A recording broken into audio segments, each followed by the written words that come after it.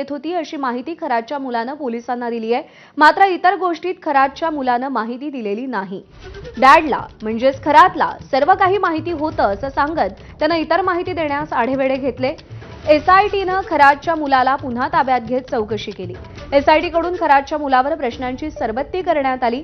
मात्र हर्षवर्धननं त्याच्या वडिलांकडेच अंगुली निर्देश केले। मात्र घरात खूप मोठ्या प्रमाणात रोकड यायची याची कबुली त्यानं दिली।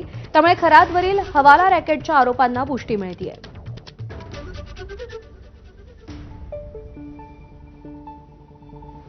अशोक खरात प्रकरण ताजं असतानाच अश्लील व्हिडिओ सोशल मीडियावरती व्हायरल करण्याची धमकी देत 12 लाखांची खंडणी उकळण्याचा प्रकार उघडकीस आलेला आहे। व्यावसायिक असलेल्या एका ज्येष्ठ नागरिकाला त्याच्या ऑफिसमधील टॅब चोरून त्यातील मैत्रिणीचे व्हिडिओ व्हायरल करण्याची धमकी दिली आहे। त्यातील 10,000 रुपये स्वीकारताना 4 संशयितांना पोलिसांनी ताब्यात घेतलंय।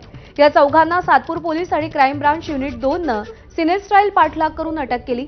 तक्रारदार व्यावसायिकाच्या टॅबमध्ये अनेक व्हिडिओ असल्याचा संशय आहे। पोलिसांकडून प्रकरणाचा तपास सुरू आहे। तक्रार करणाऱ्या व्यावसायिकावर देखील पोलिसांना संशय आहे।